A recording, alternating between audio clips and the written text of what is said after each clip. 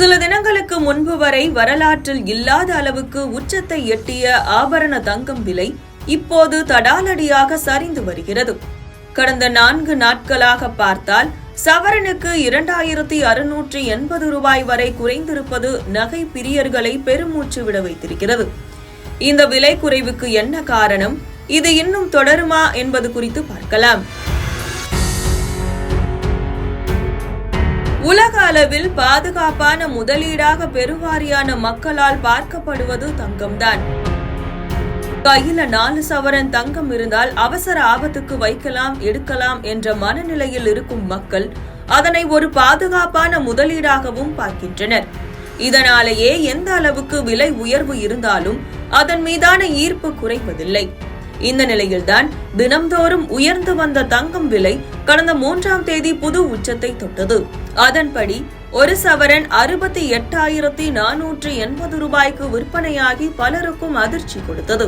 இதற்கிடையே அமெரிக்க அதிபர் டிரம்பின் வரி விதிப்பு நடவடிக்கையை தொடர்ந்து கடந்த சில தினங்களாக தங்கம் விலை சரிவை சந்தித்து வருகிறது. கடந்த 4ஆம் தேதி சவரனுக்கு 1280 ரூபாய் குறைந்த நிலையில் அடுத்தடுத்த நாட்களிலும் விலை குறைந்தது. தொடர்ந்து இன்றைய தினமும் சவரனுக்கு 480 ரூபாய் விலை குறைந்திருக்கிறது. அதன்படி 22 கேரட் தங்கம் ஒரு சவரன் 65,800 ரூபாய்க்கு விற்பனையாகிறது.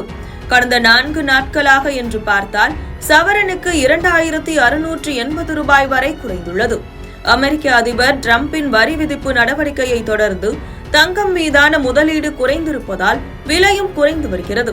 இந்த நிலையில் தங்கம் விலையின் இந்த திடீர் சரிவுக்கு என்ன காரணம், எதிர்வரும் நாட்களிலும் இது தொடருமா என்பது குறித்து தங்க நகை வியாபாரிகள் சங்க தலைவர் ஜெயந்திலால் சலானியிடம் பேசினோம். அப்போது அமெரிக்க அதிபர் டிரம்பினுடைய நடவடிக்கைகள், அவருடைய அறிவிப்புகள் ஒரு பொருளாதாரத்தில் பெரிய மாற்றத்தை கொண்டு வந்தது. அவர் பதவி ஏற்கும் போதே பல அறிவிப்புகளை வெளியிட்டார். அதாவது எங்கள் நாட்டில் உள்ள அத்துமீறி நுழைந்து இங்கு வேலை பார்த்து கொண்டிருக்கும் மக்கள் மீண்டும் அந்தந்த நாடுகளுக்கு நாடு கடத்தப்படுவார்கள் என்பது, மற்றும் அதைத் தொடர்ந்து கனடா மற்றும் பிரேசில் போன்ற நாடுகள் தங்கள் நாடுடன் இணைய வேண்டும் என்று அவர் அறிவிப்பு கொடுத்தது.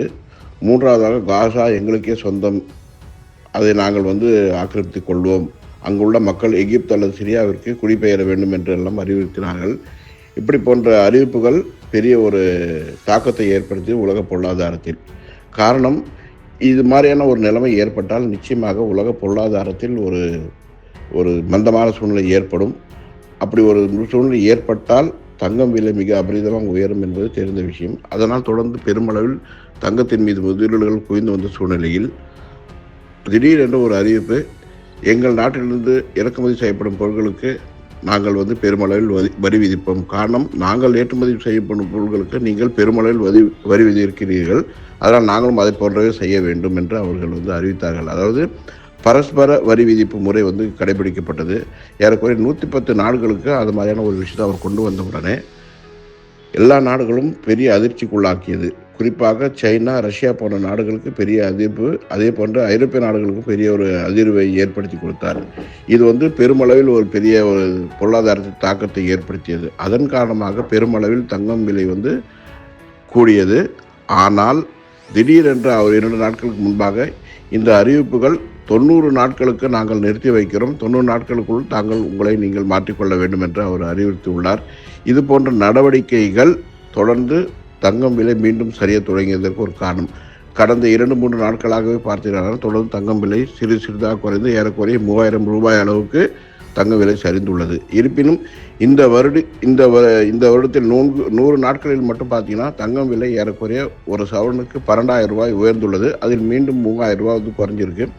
ஸோ இந்த குறைப்பு என்பது இது மாதிரியான ஒரு சூழ்நிலை. மீண்டும் அவருடைய நடவடிக்கைகள் பெரிய மாற்றம் ஏற்பட்டால் நிச்சயமாக தங்கம் விலை மீண்டும் பெரிய அளவில் உயரும் அப்படின்னு சொல்லலாம். வரும் காலங்களில் தொடர்ந்து பார்த்தீங்கன்னா ஒட்டுமொத்தமாக பார்க்கும் பட்சத்தில் தங்கம் விலை உயர்வதற்கான வாய்ப்புகள் தான் அதிகமாக இருக்கிறது, குறைவதற்கான வாய்ப்புகள் குறைவு. இப்படி பதிலளித்திருக்கும் சலானி, வரும் காலங்களில் தங்கம் விலை அதிகரிக்கவே அதிக காரணம் இருப்பதாகவும் விலை குறைவதற்கு வாய்ப்புகளும் குறைவு என்று விளக்கியுள்ளார். அப்படி பார்த்தால் விலை சரிவில் இருக்கும் போதே தங்கத்தை வாங்கி வைத்து விடுவது முதலீட்டுக்கு கை கொடுக்கும் என்கின்றனர் பொருளாதார வல்லுநர்கள்.